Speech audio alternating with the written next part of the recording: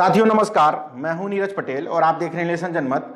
देश में जैसे ही लोकसभा चुनाव का बिगुल बजा, वैसे ही तमाम सारी पार्टियां अपने अपने चुनाव की तैयारियों में लग गए।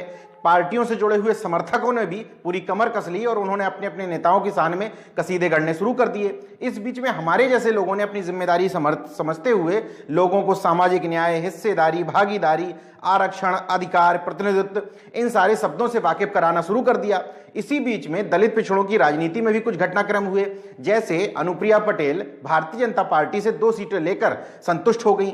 इतना ही नहीं, उनकी जो माता जी हैं, कृष्णा पटेल का गुट कहा जाता है अपना दल का, वो भी कांग्रेस से 2 सीटें लेकर संतुष्ट हो गई। उसी बीच में खबर यह भी आई कि सुहेलदेव भारतीय समाज पार्टी के ओम प्रकाश राजभर जो नाराज माने जा रहे थे, उनको कुछ आयोगों के पद थमा दिए गए। ऐसे आयोगों के पद जो शायद कभी पहले किसी ने सुने भी नहीं थे, वो उससे संतुष्ट हो गए।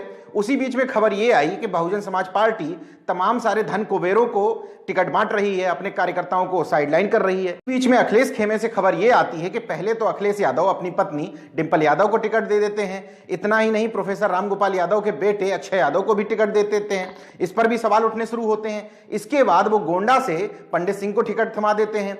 इसके बाद वो श्यामाचरण गुप्ता को लोकसभा सीट बांदा से टिकट थमा देते हैं, जो कि पिछड़ा बाहुल्य और दलित बाहुल्य सीट मानी जाती है। अब लोगों के जहन में एक सवाल उठता है, क्या पिछड़े और दलितों की राजनीति करने वाले लोगों को किसी भी सवर्ण को टिकट नहीं देना चाहिए? तो मुझे जो मोटी मोटी बात समझ में आती है वो ये समझ में आती है कि लोकतंत्र में किसी भी दल को किसी जाति से परहेज नहीं करना चाहिए। स्वाभाविक तौर पर सबको टिकट देना चाहिए। पर पिछड़े और दलित तबकों की राजनीति की बात करने वाली पार्टियों को यह ध्यान देने की जरूरत है कि वो किसी भी जाति से परहेज ना करें, लेकिन मानसिकता से जरूर परहेज करें। जैसे सामंतवादी मानसिकता के लोगों को अगर आप टिकट देंगे तो उस पर विरोध का सामना करना पड़ेगा। पंडित सिंह की जो राजनीति है गोंडा के क्षेत्र में, वो किस तरह की राजनीति है, किसी से छुपी नहीं है, इसलिए उनको टिकट देने पर विरोध होना लाजिमी था, तो लोगों ने विरोध किया भी। वैसे ही श्यामाचरण गुप्ता, जो इससे पहले बीजेपी से सांसद थे, मतलब वर्तमान में सांसद थे, अभी उन्होंने इस्तीफा दिया था, प्रयागराज से सांसद चुने गए थे, पहले सपा में थे, सपा से भाग करके 2014 में भारतीय जनता पार्टी में चले गए थे और वहां अपने पैसे के दम पर वहां सांसद हो गए थे। इसके बाद वो फिर उनको लगा कि बीजेपी से टिकट कट सकता है, तो फिर अखिलेश से संपर्क किया और यहां पर भी उन्होंने टिकट हासिल कर लिया बांदा लोकसभा सीट का। तो सवाल इस तौर पर उठते हैं कि अगर आपको ये पुराने कार्यकर्ता होते दोनों ही लोग और पहले से समाजवादी पार्टी से जुड़े होते तो किसी को कोई आपत्ति और ऐतराज नहीं होता, लेकिन दूसरी पार्टी से भाग कर आए हुए व्यक्ति को जब आप किसी पर तरहीज दे देते हैं और खासतौर से तब जब आप सामाजिक न्याय की बात करते हैं तो उस पर सवाल उठने लाजिमी हो जाते हैं। अब नेशनल जनमत से तमाम सारे लोगों ने इस बीच में सवालों की बौछार कर दी। उन्होंने कहा कि नेशनल जनमत का क्या स्टैंड होना चाहिए, या बहुजन पॉलिटिक्स का क्या स्टैंड होना चाहिए, पिछड़ों की राजनीति का क्या स्टैंड होना चाहिए। तो इन पूरी बातों में मुझे एक बात ये समझ में आती है कि राजनीति अपने ढंग से आगे बढ़ती है और राजनीति आपके विचारों को इसलिए रौंदती हुई आगे बढ़ जाती है क्योंकि उसको भी ये पता है कि अति जातिवाद के वशीभूत होकर आप उसका समर्थन करेंगे ही करेंगे और उस पर सवाल नहीं उठाएंगे। वहीं दूसरी एक समस्या जो मुझे समझ में आती है कि राजनीति में विकल्पहीनता की स्थिति में वो ये मान लेते हैं कि सपा बसपा का गठबंधन हो गया है, अब आप भागकर कहां जाओगे, तो हम जिस भी व्यक्ति को टिकट दे देंगे, चाहे वो सामंती सोच का व्यक्ति हो, चाहे सवर्णवादी सोच का व्यक्ति हो, चाहे मनुवादी सोच का व्यक्ति हो, आप उसको वोट देंगे ही देंगे। तो लोगों से हमारा ये आग्रह है कि हम सत्ता बदलने से ज्यादा ध्यान अगर इस पर करें कि राजनीतिक परिवर्तन के अलावा सामाजिक परिवर्तन भी करते चलें, तो शायद हमारे लिए बेहतर होगा। ये आइडिया मेरे दिमाग में इसलिए आया कि केजीएमयू में एक डॉक्टर साहब है मेरे परिचित, उन्होंने मुझे एक वीडियो भेजा मथुरा का बताते हुए। मैं पूरी तरीके से स्पष्ट नहीं हूं कि वीडियो मथुरा का है, लेकिन वीडियो कहीं का भी हो, उसमें जो बात दिख रही है वो इस तौर पर मेरे लिए बड़ी गौरवान्वित करने वाली बात है कि भले ही राजनीतिक बदलाव बहुत तेजी से न दिख रहा हो, लेकिन सामाजिक बदलाव वो चीज है जो लोगों की मानसिकता में अगर बस जाएगा तो वही सत्ताएं उनके सामने आएंगी जो उनके मुद्दे की बात करेंगी। पहले हम वो वीडियो देख लेते हैं, जिस वीडियो को देखने के बाद मुझे ये महसूस हुआ कि राजनीतिक बदलाव से ज्यादा सामाजिक बदलाव जरूरी है। आप वीडियो देखिए।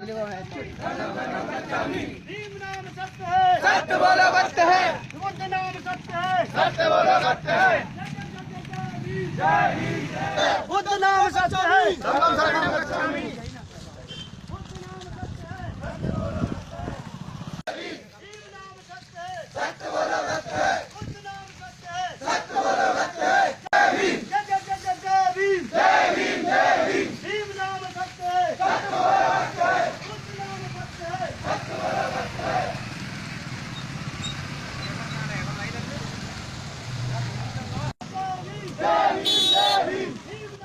वीडियो में आपने सुना बुद्ध नाम सत्य है, भीम नाम सत्य है। ऐसा किसी राजनीतिक दल की कहने की जल्दी हिम्मत नहीं पड़ेगी, क्योंकि सबको सबके वोट चाहिए। लेकिन सामाजिक परिवर्तन वो चीज है जिसने बदल कर रख दिया। राम नाम सत्य है की जगह बुद्ध नाम सत्य है और जय जय जय जय भीम के नारे लग रहे हैं शव यात्रा पर।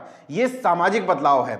यही मैं लोगों से अपील करता हूं कि इस वीडियो से आप एक प्रेरणा लें इन चुनावों में भी, कि आप सामाजिक बदलाव के लिए काम करें। आप निराश ना हो कि आप जिन दलों को अपने दल कहते हैं, जिन नेताओं को अपना नेता कहते हैं, वो जाके समझौता कर लेते हैं, समाज को बेच देते हैं। बिल्कुल भी आप इससे ना घबराएं। ये चुनाव अंतिम चुनाव नहीं है। हम सबकी जिम्मेदारी है कि हम लोगों के जहन में सामाजिक बदलाव लाएं। लोगों की जिम्मेदारी है कि जो भ्रमजाल के मुद्दे बनाए जाते हैं, काल्पनिक टाइप के मुद्दे, उन मुद्दों की जगह पर वास्तविक मुद्दों को प्रतिस्थापित करना है। जैसे आपके धार्मिक मुद्दे आपके सामने लाने की कोशिश की जाती है, दो वर्गों को लड़ाने की कोशिश की जाती है, दो जातियों को लड़ाने की कोशिश की जाती है, सेना के शौर्य को बेचने की कोशिश की जाती है, दो देशों के बीच में युद्ध की स्थिति को दिखा करके आपका वोट लेने की कोशिश की जाती है।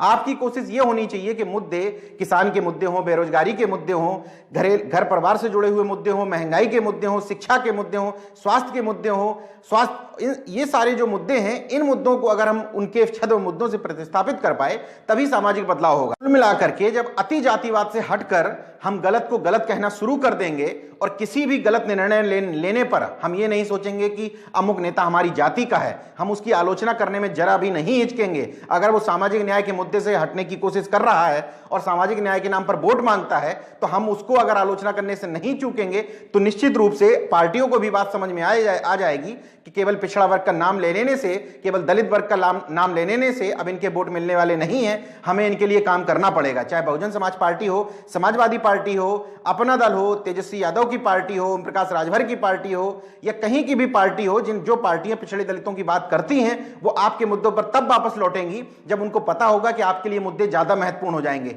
जब उनको पता यह होगा कि आपके लिए जाति महत्वपूर्ण होगी और किसी भी कारण से आप एक पार्टी को हराने के लिए उनको वोट कर देंगे, तो स्वाभाविक तौर पर वो ऐसी मानसिकता के लोग आपके ऊपर लाके लाद देंगे जिस मानसिकता को आप पसंद करना या इसका नाम भी सुनना नहीं चाहते। तो नेशन जनमत के माध्यम से हम सिर्फ ये अपील करेंगे कि राजनीतिक परिवर्तन के साथ साथ हम सबकी जिम्मेदारी है कि सामाजिक परिवर्तन पर भी गौर करें। सामाजिक परिवर्तन जब पाखंड के खिलाफ होगा, अंधविश्वास के खिलाफ होगा, तो स्वाभाविक तौर पर आपके मुद्दे उभर कर सामने आएंगे। देखते रहिए नेशन जनमत, जागरूक और सजग बने रहिए। जय विज्ञान, जय संविधान। तो अगर आपने मेरा YouTube चैनल सब्सक्राइब नहीं किया तो प्लीज़ सब्सक्राइब कर लें और उस बेल आइकन पर जरूर क्लिक करें, जिससे जो मेरे न्यू वीडियो है